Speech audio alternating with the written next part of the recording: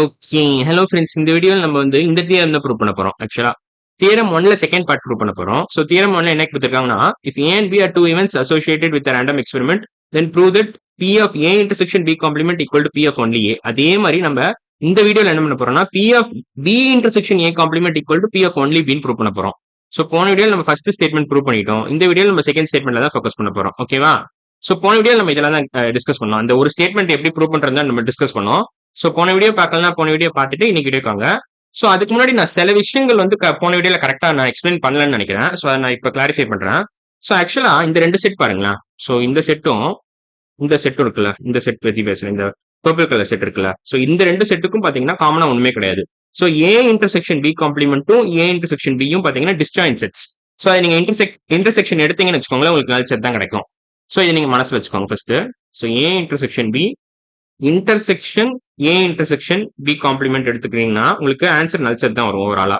ஏன்னா நீங்க அது வென் டயக்ராம்ல விஷுவலா பார்க்கலாம் இதை. இல்லைன்னா நீங்க கம்யூட்டேட்டிவ் ரூல் யூஸ் பண்ணியே ப்ரூவ் பண்ணலாம். ஆக்சுவலா இங்க புக்ல தப்பா கொடுத்துருக்காங்க. By distributive property of sets A intersection B intersection A intersection B complement equal to null செட்னு கொடுத்துருக்காங்க.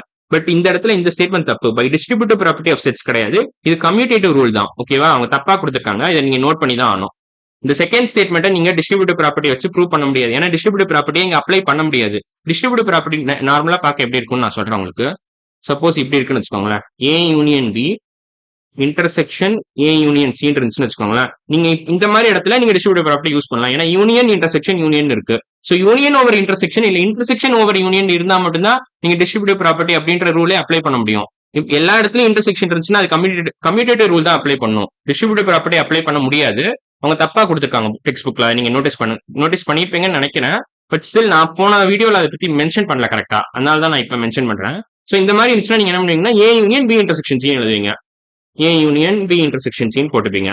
சப்போஸ் உல்டாவா இருந்துச்சுன்னு வச்சுக்கோங்களேன், A intersection B union A intersection சின்னு இருந்துச்சுன்னு வச்சுக்கோங்களேன், அப்ப என்ன பண்ணலாம் அதையும் நான் காமிக்கிறேன் உங்களுக்கு.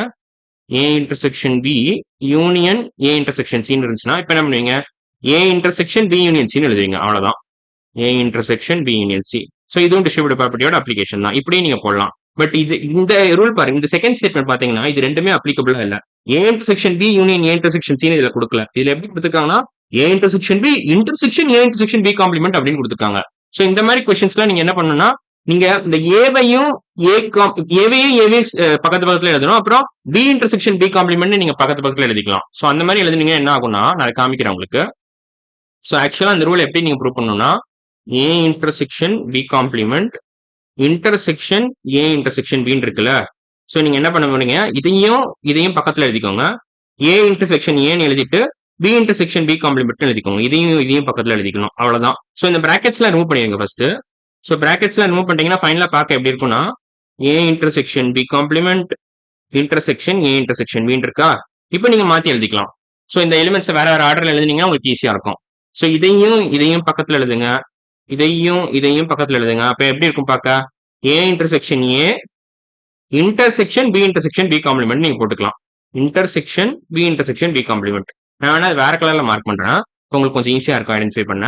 ஸோ அந்த ரூல் அவங்க தப்பு கொடுத்துருக்காங்க, ரொம்பவே தப்பு. அது அப்படி கொடுக்கக்கூடாது.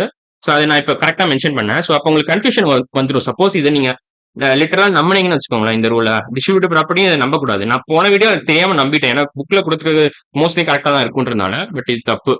இது டிஸ்ட்ரிபியூட்டிவ் ப்ராப்பர்ட்டி இந்த செகண்ட் ஸ்டேட்மெண்ட் ஃபாலோ பண்ணல. It is following commutative rule. ஓகேவா? ஸோ அதனால ஞாபகம் வச்சுக்கோங்க. ஓகேவா? ஸோ இப்போ ஒன்ஸ் இந்த மாதிரி எழுதிட்டீங்கன்னா உங்களுக்கு என்ன நடக்கும், ஏ இன்டர்செக்ஷன் ஏ என்ன வரும், ஏ தான் வரும். ஸோ நீங்க ஈக்குவல் செட்ஸ் இன்டர்செக்ஷன் எடுத்தீங்கன்னா உங்களுக்கு அந்த ஒரிஜினல் ஈக்குவல் செட் தான் வரும். B intersection B complement null set தான் வரும். அவ்வளவுதான். ஸோ இதை நல் செட்டை நான் வேணா ஒயிட் கலர்ல எழுதிக்கிறேன், ஏன்னா இங்கே ஒயிட் கலர்ல எழுதுனா. ஸோ ஏக்கும் நல் செட்டுக்கு காமனா ஏதாவது இருக்கா, ஒண்ணுமே இல்லை. ஸோ ஓவரால் ஆன்சர் நல் செட் தான். அவ்வளவுதான். ஸோ இப்படிதான் நீங்க டெரைவ் பண்ணணும். டிஸ்ட்ரிபியூட்டிவ் ப்ராப்பர்ட்டிக்கு இதுக்கு என்ன சம்பந்தமும் இல்லை. இந்த செகண்ட் ஸ்டேட்மெண்ட் எப்படி நல் செட் வந்துச்சுன்னா நீங்க கம்யூட்டேட்டிவ் ரூல் ஃபாலோ பண்ணி தான் நல் செட் வந்துச்சு. ஓகேவா? ஸோ ஆக்சுவலா நம்ம ரெண்டு விஷயம் பண்ணோம் இந்த செகண்ட் ஸ்டேட்மெண்ட் ப்ரூவ் பண்றதுக்கு. ஒன்னு நம்ம அசோசியேட்டிவ் லா ஃபாலோ பண்ணோம், இன்னொன்னு கம்யூட்டேட்டிவ் லா. ஃபைனலா நம்ம வந்து இந்த பிராக்கெட்ஸ் உடச்சோம்ல, இந்த மாதிரி இது வந்து அசோசியேட்டிவ் லா. ஓகேவா? ஸோ அதை நான் கரெக்டா எழுதுனேன்.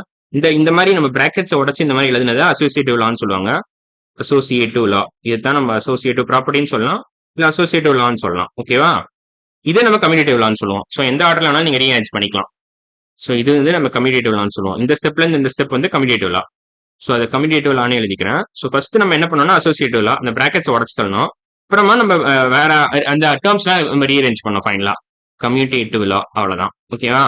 ஸோ நம்ம டிஸ்ட்ரிபியூட்டிவ் ப்ராப்பர்ட்டி இந்த ஸ்டேட்மெண்ட் ப்ரூவ் பண்றதுக்கு யூஸே பண்ணல. A intersection B complement intersection A intersection B அப்படின்ற statement equal to null set. இந்த ஸ்டேட்மெண்ட் நம்ம ப்ரூவ் பண்றதுக்கு அசோசியேட்டிவ் லாவும் கம்யூட்டேட்டிவ் லாவும் தான் யூஸ் பண்ணோம், டிஸ்ட்ரிபியூட்டிவ் லா யூஸ் பண்ணல. ஸோ இதை நல்லா புரிஞ்சுக்கிட்டா உங்களுக்கு நல்லது. ஸோ அப்பதான் கன்ஃபியூஷன்ஸ் வராது உங்களுக்கு ஃபர்தரா. ஏன்னா இந்த புக்ல அவங்க ஸ்பெசிஃபிக்கா தப்பா கொடுத்துருக்காங்க. ஸோ இது ரொம்ப முக்கியம். இது தப்பு. Second statement distributive property use பண்ணி நடக்கல. அது அசோசியேட்டிவ் லாவும் கம்யூட்டேட்டிவ் லாவும் யூஸ் பண்ணி தான் நடக்குது. ஓகேவா? ஸோ அசோசியேட்டிவ் லானா ஆக்சுவலா பார்க்க எப்படி இருக்கும்னு நான் உங்களுக்கு காமிக்கிறேன். ஸோ அசோசியேட்டிவ் லா ஜென்ரலா பார்க்க எப்படி இருக்கும்னா, இப்போ ஏ யூனியன் பி யூனியன் சின்னு இருக்குன்னு வச்சுக்கோங்களேன். இப்படி இருக்குன்னா நீங்க எந்த ஆர்டர்ல வேணாலும் நீங்க யூனியன் எடுக்கலாம். ஏ யூனியன் பி பண்ணிட்டு யூனியன் சி கூட எடுக்கலாம். ஏ யூனியன் பி யூனியன் சின்னு எடுக்கலாம். இல்லைன்னா பி யூனியன் சி பண்ணிட்டு அதுக்கப்புறம் யூனியன் ஏ பண்ணலாம். இல்லைன்னா ஏ யூனியன் சி பண்ணிட்டு கூட யூனியன் பி பண்ணலாம்.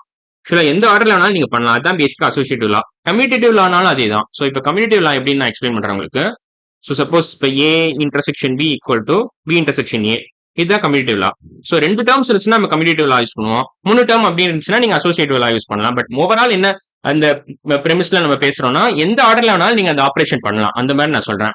ஸோ இப்போ ஃபார் எக்ஸாம்பிள் மல்டிபிளிகேஷன் வந்து இப்போ 2 into 3 into 5 இருக்குன்னு வச்சுக்கோங்களேன். நீங்க 2 into 5 பண்ணிட்டு into 3 பண்ணலாம். இல்ல 3 into 5 பண்ணிட்டு into 2 பண்ணலாம். இல்ல 2 into 3 பண்ணிட்டு into 5 பண்ணலாம். எந்த ஆர்டர்னாலும் நீங்க அந்த ஆபரேஷன் கேரி அவுட் பண்ணலாம்.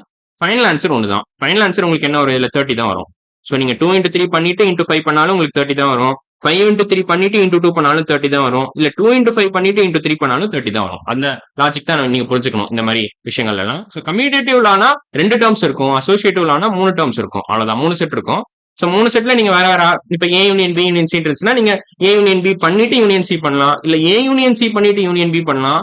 இல்ல பி யூனியன் சி பண்ணிட்டு யூனியன் ஏ பண்ணலாம். கம்யூட்டேட்டிவ் ரூல் ரொம்ப சிம்பிள் தான். 2 டேர்ம் தான் இருக்கும். ஸோ நீங்க A union B equal to B union A, இல்லைன்னா A intersection B equal to B intersection A, இவ்வளவுதான். ஸோ கம்யூட்டேட்டிவ் ரூல் ரொம்ப சிம்பிள். அசோசியேட்டிவ் லாவும் ரொம்ப சிம்பிள் தான். பட் இந்த 2 ரூலை யூஸ் பண்ணி தான் இந்த ஸ்டேட்மெண்ட் நம்ம ப்ரூவ் பண்றோம். டிஸ்ட்ரிபியூட்டிவ் ப்ராப்பர்ட்டி நம்ம யூஸே பண்ணல. ஓகேவா? ஸோ இந்த கிளாரிபிகேஷன் நான் இப்ப கொடுத்துட்டேன். ஸோ நம்ம அடுத்த வீடியோ என்ன பண்ணலாம்னா நம்ம இந்த ஸ்டேட்மெண்ட் ப்ரூவ் பண்ண ட்ரை பண்ணலாம். இந்த செகண்ட் ஸ்டேட்மெண்ட் இருக்குல்ல, அதாவது இந்த statement P of B intersection A complement equal to P of only B. So இதை இப்படி எழுதாம நீங்க எப்படி எழுதுங்க, P of B intersection A complement எழுதுங்க. அப்ப ஈஸியா இருக்கும் உங்களுக்கு அதை ஐடென்டிஃபை பண்ண. ஏன்னா ஃபர்ஸ்ட் ஸ்டேட்மெண்ட் நம்ம எப்படி எழுதிருக்கோம், P of A intersection B complement equal to only A. அதே மாதிரி P of B intersection A complement equal to P of only B. இந்த பேட்டர்ன்ல எழுதுனீங்கன்னா உங்களுக்கு இந்த ஐடியாவை நீங்க ஈஸியா புரிஞ்சுக்கலாம். ஓகேவா? சோ அதுக்கு தான் நான் இந்த மாதிரி எழுதுறேன். ஏ காம்ப்ளிமெண்ட் இன்டர்செக்ஷன் பின்னு எழுதாதீங்க, பி இன்டர்செக்ஷன் ஏ காம்ப்ளிமெண்ட் அப்படின்னு எழுதுங்க. ஓகேவா? சோ நம்ம இந்த ஸ்டேட்மெண்ட் தான் அடுத்த வீடியோல ப்ரூவ் பண்ண போறோம். இன்னைக்கு வீடியோல நம்ம இந்த கன்ஃபியூஷன் அட்ரஸ் பண்ணோம். இந்த ஸ்டேட்மெண்ட்ல நம்ம டிஸ்ட்ரிபியூட்டிவ் ப்ராப்பர்ட்டி யூஸ் பண்ணல அப்படின்ற கன்ஃபியூஷன் மட்டும் தான் நம்ம அட்ரஸ் பண்ணுவோம் இந்த பர்டிகுலர் வீடியோல. சோ இன்னைக்கு வீடியோல தான் அடுத்த வீடியோல நம்ம என்ன பண்ண போறோம்னா இந்த ஸ்டேட்மெண்ட் தான் ப்ரூவ் பண்ண போறோம். அதாவது இந்த second statement P of only B equal to P of B intersection A complement அப்படின்ற ஸ்டேட்மெண்ட் நம்ம அடுத்த வீடியோல ப்ரூவ் பண்ணலாம். சோ இன்னைக்கு வீடியோல தான் அடுத்த வீடியோல பார்க்கலாம். பாய்.